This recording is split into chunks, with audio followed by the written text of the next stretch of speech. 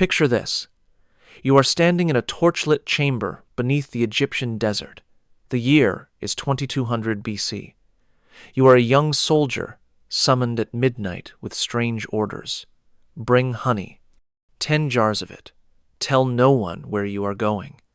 Now you watch as servants pour that honey over a naked boy standing on a stone platform. The honey coats every inch of his trembling body until he gleams gold in the flickering torchlight. The boy has been trained not to speak, not to cry, not to move. But his eyes are different. His eyes are screaming.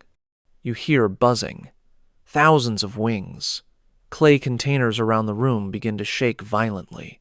Inside those containers are 3 types of creatures. Scarab beetles that have been starved for 5 days. Fire ants collected from Nubian valleys and fed on blood. Wasps bred specifically for aggression and kept agitated with smoke.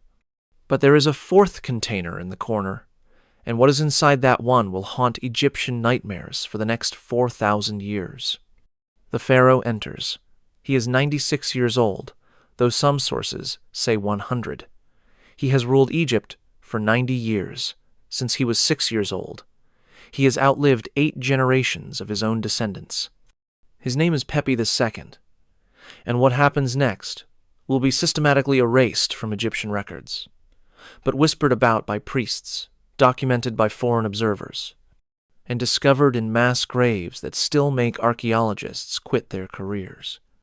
With one gesture from his withered hand, the servants release the insects. The beetles arrive first, a living carpet of black shells that swarms across the honey-covered skin. Each beetle begins to eat, their mandibles designed to tear through hide far tougher than human flesh. The boy tries not to move, but his muscles betray him, twitching and spasming as dozens of beetles bite simultaneously. Then come the ants, rivers of fire that follow the honey trails, each ant injecting venom that burns like their name suggests. By the time the wasps arrive, the boy's face has already begun to swell, but the wasps ensure that within minutes, his features are unrecognizable, distorted into a mask of agony that barely looks human. The screams that echo off these specially designed walls are not just from pain.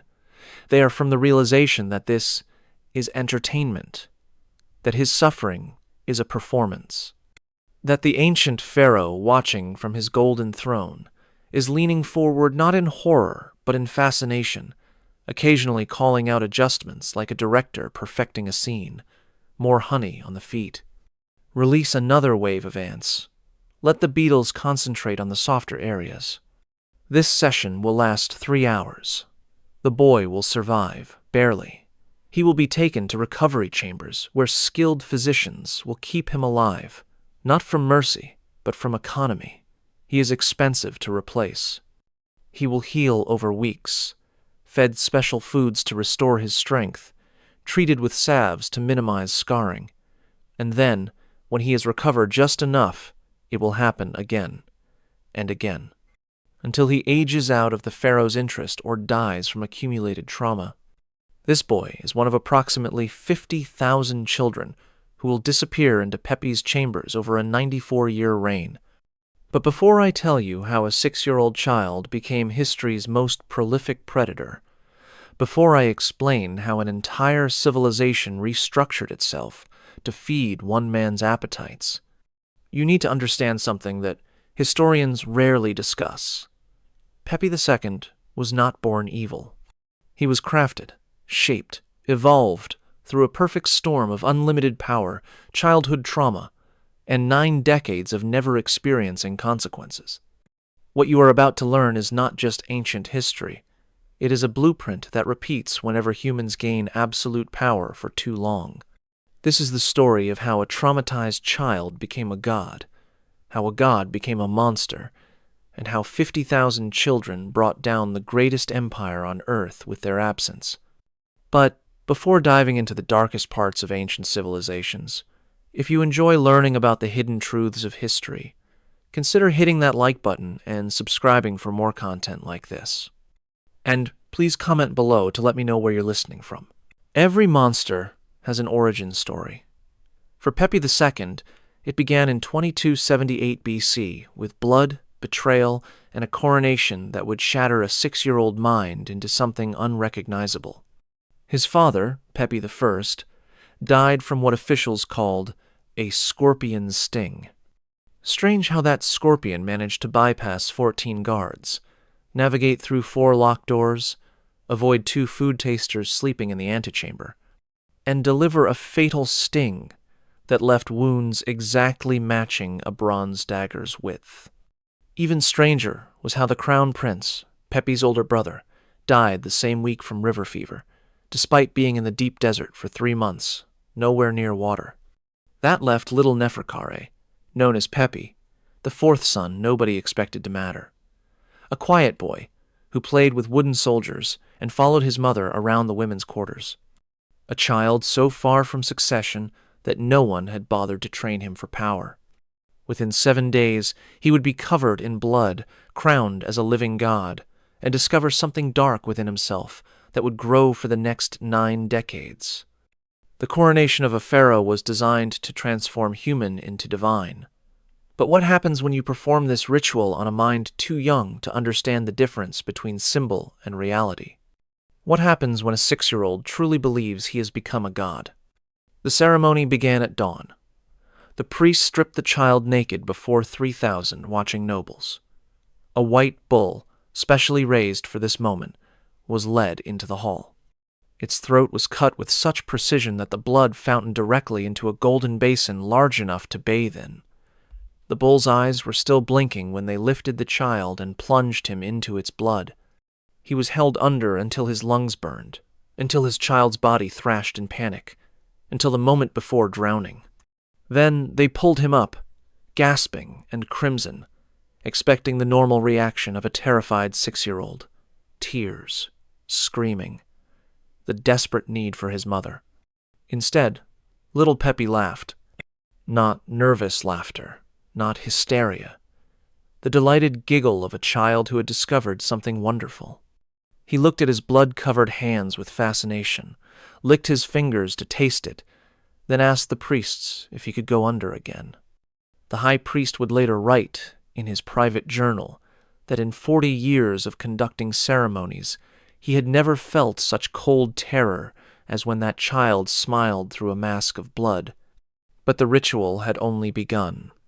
Now came the test that would prove divine right to rule, the power over death itself. A prisoner was brought forward, some minor thief who had expected execution, but not like this. He was forced to kneel before the blood-soaked child.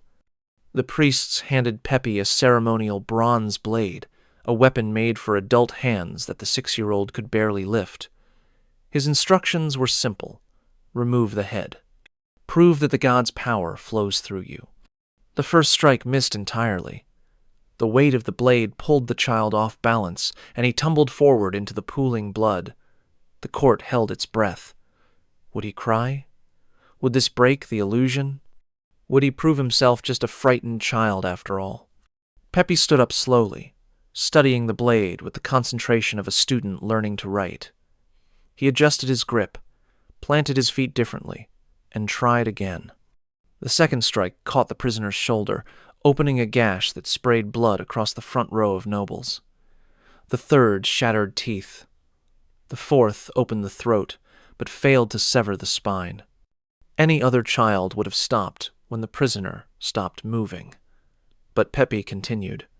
Strike after strike, learning with each swing, adjusting his technique based on what worked and what did not.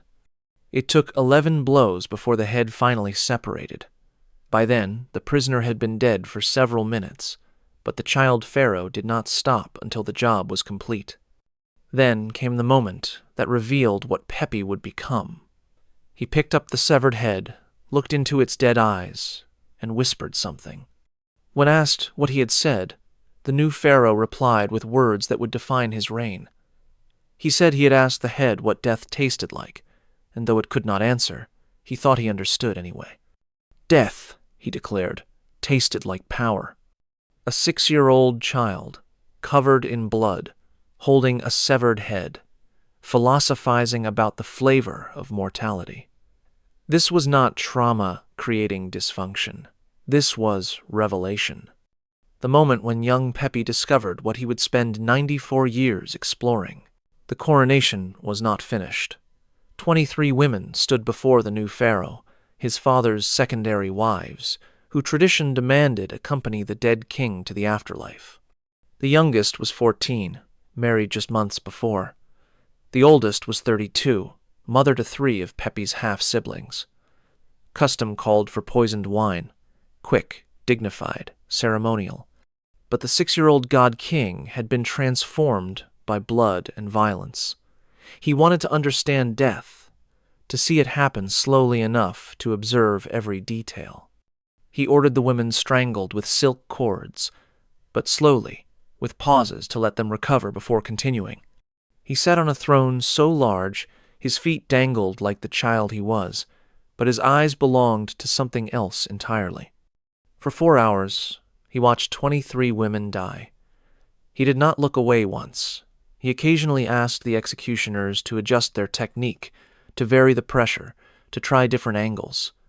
He was not just watching, he was studying, learning the exact moment when panic turned to acceptance, when the body stopped fighting, when the light left the eyes. Then came their children, 41 half-siblings who could potentially challenge his rule someday. The boys were strangled like their mothers, but for the girls, Pepi created something new. They had to choose their fate while watching their families die, serve him forever, or join their mothers in death. They had to decide in the moment of maximum grief and terror. 6 chose servitude.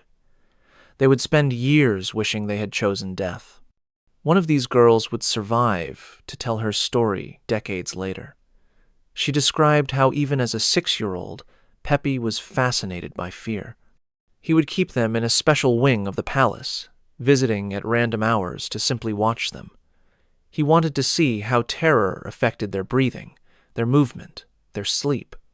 He was particularly interested in the moment when fear became so intense that the mind simply shut down, what he called the divine silence.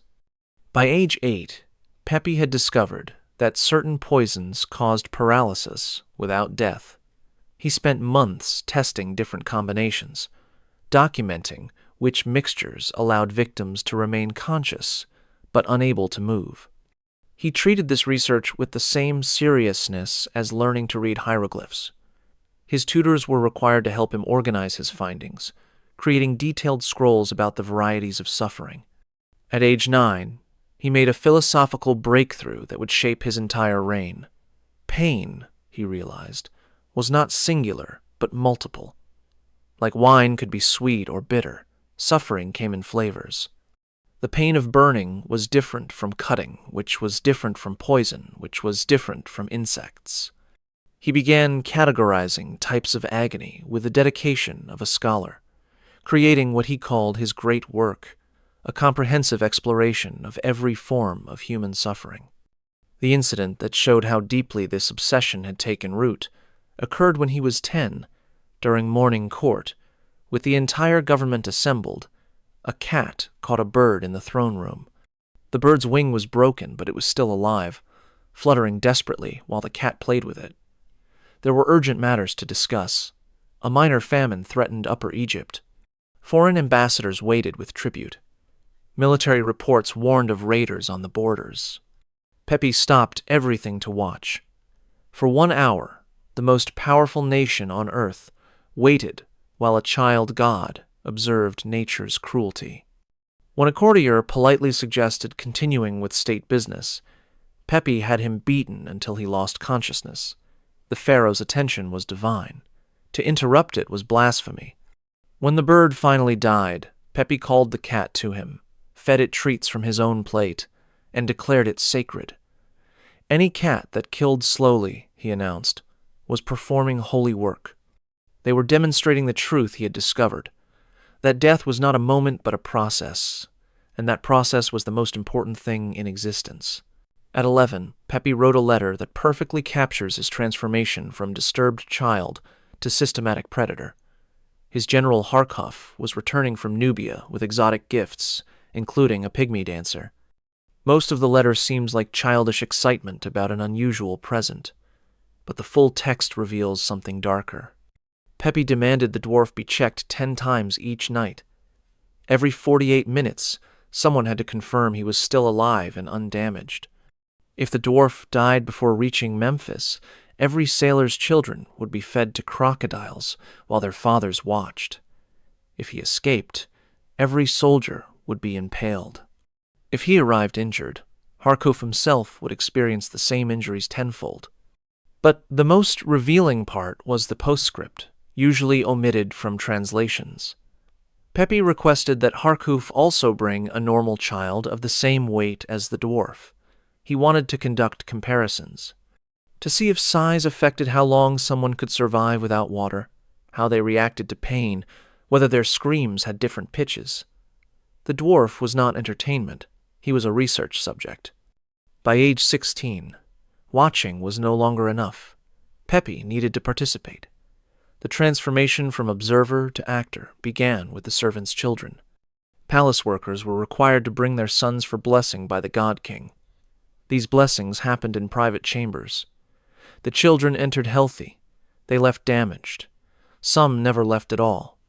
The first documented incident that Egyptian records could not completely hide occurred when Pepi was 24. A noble family's son, 13 years old, had been invited to join the palace musicians. 3 days later, his body was returned with injuries so extensive that the embalmers refused to prepare him for burial, claiming his ka, his life force, had been damaged beyond repair. The family demanded justice. They were wealthy, connected, impossible to silence. So Pepi did something brilliant and terrible. He declared their son had been chosen for sacred transformation. His suffering had opened doorways to divine knowledge. The family should feel honored.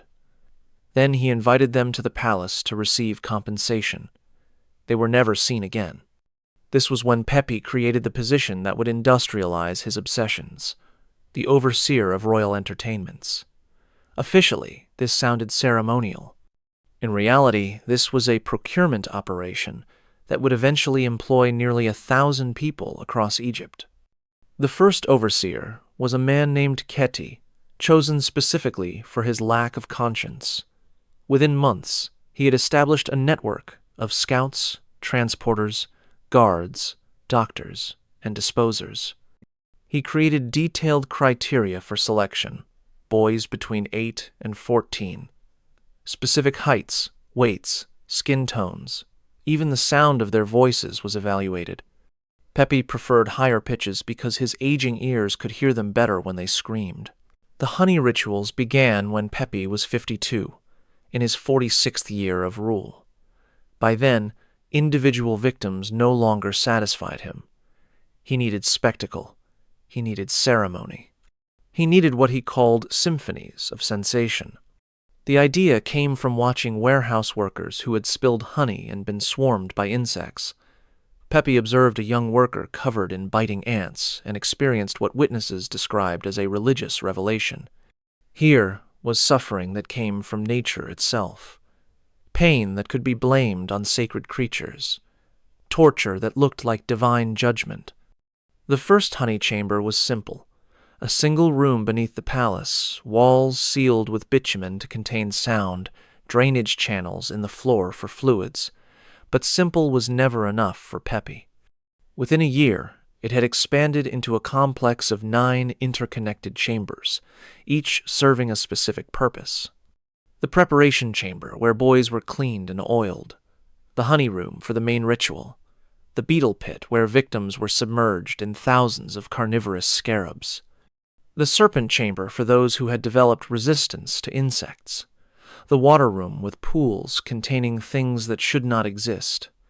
The fire chamber where controlled burning created specific types of pain. The recovery room where victims were kept alive for repeated use. The disposal chamber whose purpose needs no explanation. And at the center, the observation platform where Pepi could watch everything. The honey itself became a precise science. Pure honey attracted insects, but not aggressively enough. Through systematic experimentation on early victims, palace torturers discovered the perfect formula. Honey mixed with human saliva changed its scent in ways that drove insects into frenzy. Tears added salt that certain species craved. Blood attracted the ones that preferred protein. But the most effective ingredient was fear itself. The pheromones released by terrified children mixed into the honey created an irresistible attractant for predatory insects. The insects were cultivated with similar precision. Scarab beetles fed exclusively on raw meat until they associated flesh with food. Fire ants selected for venom, potency, and aggression. Wasps kept in constant agitation through smoke and vibration. Each species tested to determine optimal starvation periods for maximum violence. A typical session followed strict protocols. The selected boy would be brought in at sunset, when certain insects were most active. He would be stripped, inspected for wounds that might cause premature death, then given a mixture of lotus wine and herbs, not to reduce pain but to prevent loss of consciousness. Awareness was essential. The entire point was that they knew what was happening. The boy would be positioned on a stone platform carved with drainage channels, leather restraints at wrists and ankles, tight enough to prevent escape but loose enough to allow the writhing that Pepi enjoyed watching. Then came the honey application. Servants used brushes made from palm fronds, coating every surface of skin. Special attention was paid to the most sensitive areas, the places that would provoke the most dramatic reactions. The insects were released in calculated waves. First, the beetles, usually 50 to 100, which would consume the honey while also biting into flesh. The boys would begin struggling as dozens of mandibles pierced their skin simultaneously. Then came the ants, hundreds of them, each bite injecting venom that created burning trails across the honey-coated body. Finally, the wasps, whose stings caused immediate swelling that could close eyes, seal mouths, transform faces into unrecognizable masks of agony. Pepi would watch from his platform, occasionally calling out adjustments. More honey on the feet to attract beetles. Release additional ants, but only on the left side to create asymmetric pain. Remove the wasps, but leave the beetles to work longer. He treated each session like a performance he was directing, fine-tuning the suffering for maximum impact. Sessions could last 3 hours or more, paused, and restarted multiple times to prevent death from shock. The boys who survived were taken to recovery chambers where skilled physicians would heal them just enough to endure another session. Some boys went through this dozens of times over months before finally dying or aging out of Pepi's interest. By year 70 of his reign, when Pepi was 76 years old, Egypt had completely reorganized itself around feeding one man's appetites. This was not corruption of an existing system. This was the creation of an entirely new architecture of atrocity. Consider the economics. Egypt produced more honey in Pepi's final 20 years than in the previous century combined. Entire agricultural regions that should have been growing grain were instead growing flowers for bees. This was during a period of climate change when the Nile floods were failing. While Egypt starved, its fields bloomed with flowers to make honey for torture. The human infrastructure was staggering. The overseer of royal entertainments commanded 4 regional directors. Each director managed 10 provincial coordinators. Each coordinator supervised 5 village scouts. That is 200 people whose only job was finding boys.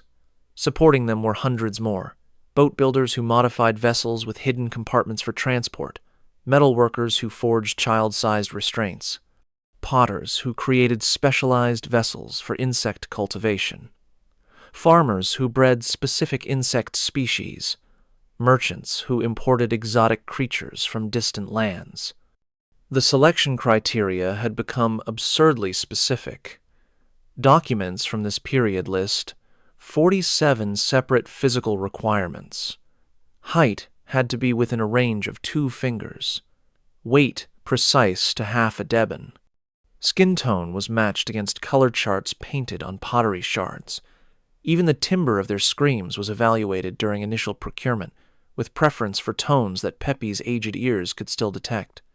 Villages developed desperate strategies to protect their children.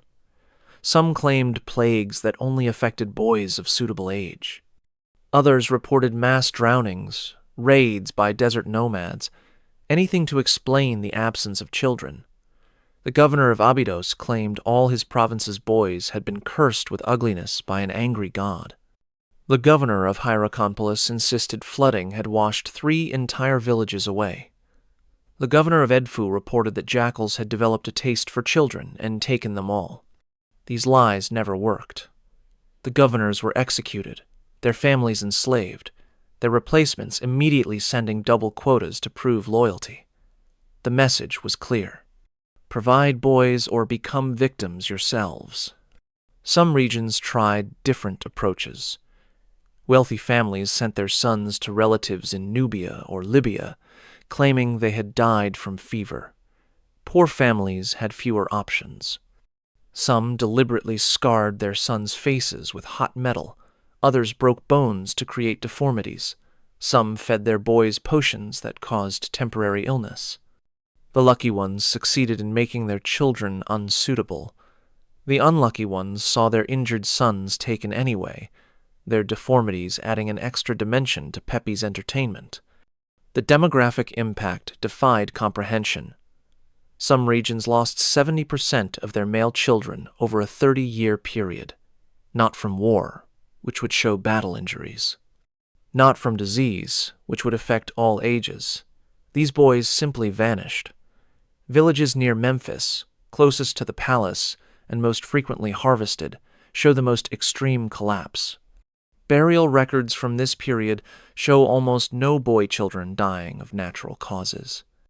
Either they had developed immunity to all childhood diseases, which is impossible, or they were dying somewhere else, somewhere their families could not bury them.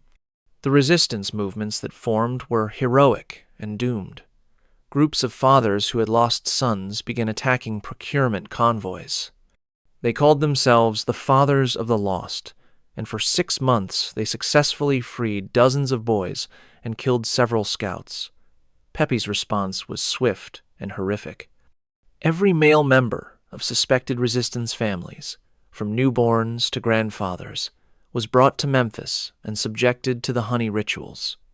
But they were kept alive for days, their suffering prolonged through medical intervention, their families forced to watch.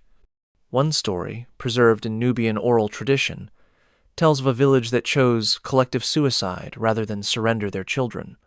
When procurement scouts arrived, they found 800 bodies in the town square. Every family had drunk poison together rather than see their sons taken. The scouts collected the bodies of suitable boys anyway. Pepi reportedly had the corpses covered in honey and displayed them in the palace courtyard, furious at being denied living entertainment. By year 80 of Pepi's reign, Egypt was not just dying internally. It had become an international pariah, shunned by civilizations that had traded with it for millennia. A Sumerian tablet from this period contains merchant instructions that reveal the depth of foreign revulsion. Any trader who entered Egypt would be considered unclean and banned from temple grounds for a year. Any goods from Egypt would be burned without compensation.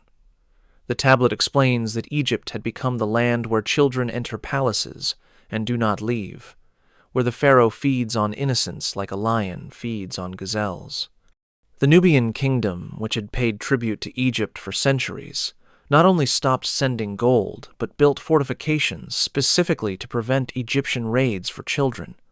When an Egyptian force tried to cross the border, they found villages emptied, all children hidden in secret desert camps. A Nubian inscription from this period reads simply that the monster of Memphis could starve for want of southern gold and southern children both. Even the mysterious sea peoples, those raiders who feared nothing, avoided Egyptian waters.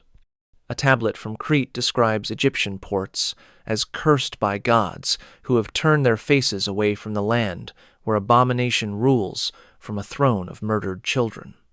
Merchants would sail hundreds of miles out of their way rather than risk contamination by Egyptian evil. The breakdown in trade created cascading failures. Egypt could not import tin needed for bronze production. Lebanese cedar for construction became unavailable. Incense from Punt, essential for religious ceremonies, vanished from markets. The economic isolation compounded the agricultural crisis from diverted honey production. Egypt was simultaneously starving and shunned, dying and despised. Inside Egypt, even traditional supporters abandoned the throne. The powerful priesthood of Amun at Thebes, which had supported the monarchy for centuries, began distancing itself from Memphis. Temple inscriptions from this period never mention Pepi by name, referring only to the distant throne or the ancient one. Some temples claimed poverty when asked to contribute to palace activities. Others simply closed their doors and refused all communication with the capital. The military, once Egypt's pride, had withered to nothing. Young men refused to join an army that might redirect them to procurement duties. Officers deserted rather than lead raids for children. Entire garrisons abandoned their posts and fled to the desert, preferring life as bandits to service under Pepi. By year 85, Egypt effectively had no military beyond the palace guard, and even they were beginning to disappear in the night. As Pepi entered his 90s, his appetites had not diminished, but evolved into something even darker. The honey rituals that had once entertained him for weeks now barely held his attention for hours. He needed more victims, more variety, more intensity to feel anything through the numbness of 9 decades of absolute corruption. The palace complex expanded to accommodate industrial-scale horror. Where once there had been 9 chambers, now there were 27. Multiple sessions ran simultaneously. While one boy endured the honey ritual, another faced serpents, a third was in the beetle pit, a fourth in chambers that Egyptian records refused to describe even in their private texts. Pepi, now 96 and barely able to walk, would be carried between chambers on a golden litter, spending a few minutes observing each before moving to the next. The screams from different rooms created what one escaped servant later described as a symphony of the damned that could be heard throughout the palace, despite the thick walls built specifically to contain sound. The procurement system was collapsing. Provinces were empty of suitable boys. Villages had been depopulated. Even the palace guard now had to conduct armed raids to find victims. The pretense of divine selection had been abandoned for naked predation. Soldiers would descend on settlements at dawn, taking every boy who met the basic criteria, killing any who resisted. A papyrus fragment from this period, hidden in a worker's tomb, describes one such raid. The palace soldiers came at dawn, took every boy who could walk but had not yet grown a beard, killed fathers who tried to protect their sons, burned houses of families who had hidden their children. When they left, 43 boys were in chains, and 17 men were dead. Even within the palace, the system was breaking down. Servants fled rather than participate. Guards deserted rather than conduct raids. Administrators destroyed records rather than document atrocities. The complex machinery of procurement and torture that had operated for decades was falling apart just as its architect reached peak depravity. The last recorded session, described by a palace guard who fled immediately afterward, involved something so horrific that even Greek historians who documented it centuries later refused to provide details. They would say only that it involved 40 boys, insects bred to impossible size, and substances that should never touch human flesh. It lasted from sunset to dawn. None survived. And through it all, the 96-year-old Pharaoh smiled. 3 days later, Pepi II died in his sleep, clutching a piece of honeycomb, his mouth twisted in what servants described as an expression of eternal hunger. He had ruled for 94 years. He had outlived 8 generations of descendants. He had consumed approximately 50,000 boys, and he had never, not once, faced any consequences. The moment Pepi died, Egypt died with him. Not metaphorically, literally. The instant his death was confirmed, the palace erupted into chaos, but not mourning. Instead, there was a desperate race to destroy evidence. Documents were burned by the thousands. Not ceremonial burning, but frantic destruction. Servants throwing armloads of papyrus into bonfires that burned for days. Stone inscriptions were chiseled away, sometimes taking entire walls with them. The honey chambers were filled with rubble and sealed with blocks so massive they could never be moved without destroying everything inside. The boys still held in palace dormitories presented a problem. Releasing them would mean acknowledging they existed. So they were sealed inside and left to die. Hundreds of children, already damaged from repeated torture, slowly starving in darkness because the truth of their existence was more terrible than their deaths. Pepi's successor, Merenre II, ruled for less than a year. His only significant act was overseeing the systematic erasure of his predecessor's crimes. Every record that mentioned procurement was destroyed. Every official who had participated was either executed or fled. Every physical evidence of the honey chambers was buried or burned. Even Pepi's mummy was deliberately sabotaged. The priests responsible for preparing it for the afterlife instead ensured he would suffer in death. They removed organs that should have been preserved, used salts that would corrode rather than preserve, positioned the body backwards in its wrappings. They filled the stomach cavity with live insects that would consume the corpse from within. It was not mummification, it was posthumous revenge. The pyramid built for Pepi was deliberately constructed to fail. Inferior limestone that would crumble, weak mortar that would not hold, support beams positioned to eventually collapse. Within a century, the ceiling had crashed down onto the sarcophagus, crushing it and the mummy within. The builders knew exactly what they were doing.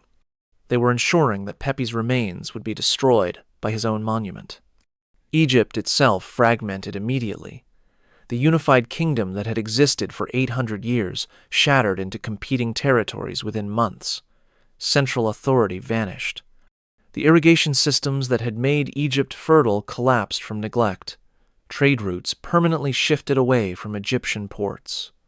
The accumulated knowledge of centuries scattered as scribes fled to different regions. The demographic recovery would take centuries. Entire regions had been depopulated of young males. The generational impact meant not just missing individuals, but missing families, missing bloodlines, missing futures. Some areas never recovered their pre-Pepi populations. The social trauma passed through cultural memory, a fear so deep it shaped Egyptian politics for the next 1,000 years. What happened in ancient Egypt was not unique. It was simply the most extreme, most documented example of a pattern that repeats throughout history whenever absolute power combines with perverted appetite and unlimited time. The Roman Emperor Tiberius retreated to Capri, where he had young boys trained as his little fish, swimming naked in his pools, trained to nibble between his legs while he bathed. The difference? Tiberius ruled for 23 years. Pepi ruled for 94.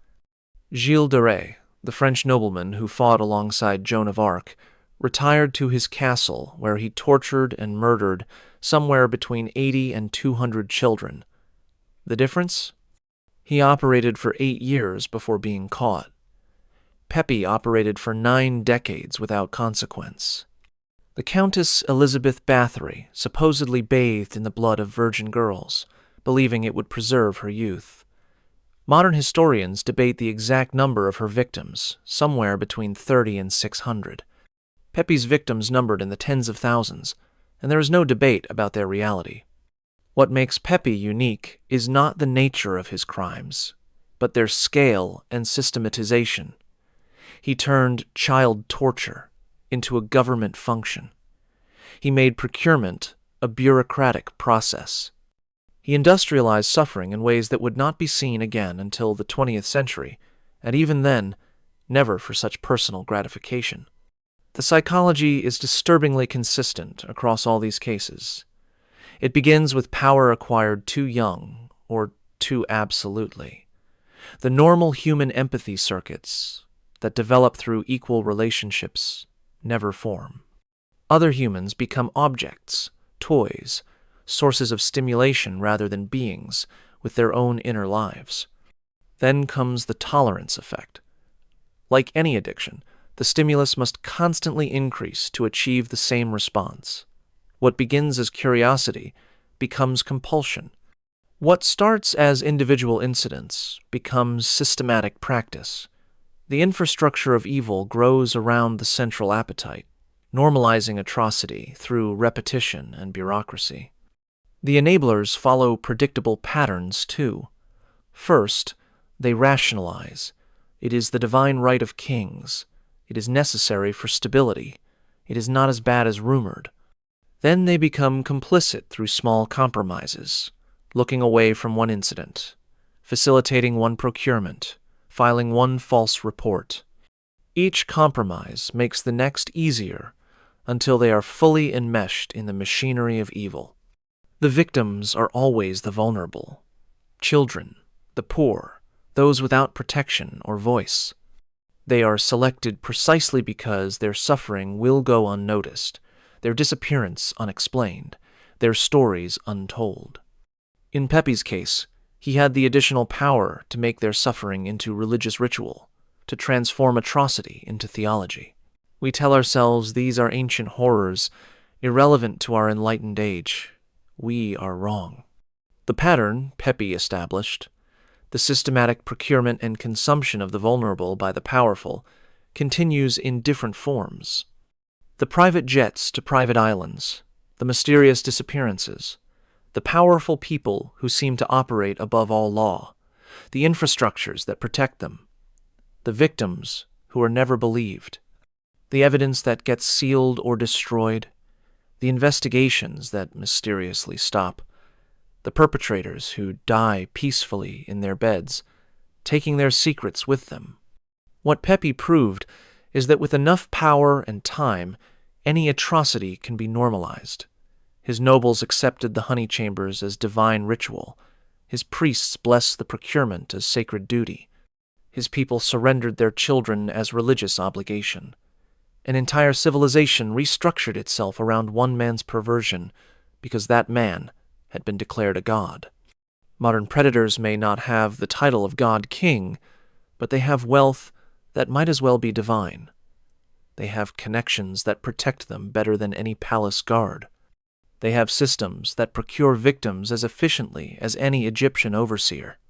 And they have something Pepi never had, the ability to operate globally, to move between jurisdictions, to hide behind corporations and foundations and charitable fronts. The methods have evolved, but the pattern remains. The gradual normalization of the unacceptable, the infrastructure that develops to facilitate and protect, the official silence that enables continuation, the victims who disappear into modern chambers that may not use honey and insects, but achieve the same ends through different means. Return now to that torchlit chamber where you stand as a young soldier watching a honey-covered boy writhe as insects consume him. You want to run but cannot. You want to help but dare not. You are trapped in a system that has normalized horror, that has made atrocity into ritual, that has transformed children's screams into background noise. That boy died 4,200 years ago. We do not know his name, his village, his mother's lullabies, his favorite games. We know only that he existed because his bones were found in a mass grave with hundreds of others, all showing similar trauma patterns, all children, all forgotten except as statistical evidence of systematic evil. Multiply him by 50,000. 50,000 boys who had names their mothers whispered when they were born. 50,000 futures erased for an old man's entertainment. 50,000 families destroyed, communities traumatized, bloodlines ended. Each one believed they were nothing, would become nothing, would be forgotten as nothing. In one sense, they were right. They have no monuments, no inscriptions, no individual memorials. They exist only as demographic shadows, statistical anomalies, small skeletons in mass graves that authorities still refuse to fully excavate. Their names are lost forever. But in another sense, they achieved what Pepi never could. They brought down the world's greatest civilization. Their collective absence created a wound that Egypt never healed. Their suffering ended the Old Kingdom more definitively than any invasion or natural disaster could have. They conquered through absence, destroyed through being destroyed. Pepi died at approximately 100 years old, peacefully believing himself divine. He faced no earthly justice, experienced no consequences, never knew a moment of the terror he inflicted. His pyramid still stands, damaged but present. His name appears in every chronology of ancient Egypt. He is remembered, recorded, academically acknowledged. But his victims won something greater than memory. They won truth. Their bones speak louder than any inscription. Their absence echoes longer than any monument. Their stolen futures judge more harshly than any god. They are history's loudest silence, screaming across 4,000 years that unlimited power creates unlimited horror, that humans given absolute authority become absolutely monstrous, that the price of one man's pleasure can be an entire civilization's collapse. Modern visitors to Saqqara can see Pepi's pyramid in the distance, a crumbling pile of stones that once reached toward heaven. The guards will tell you it is closed for restoration. It has been closed for 40 years.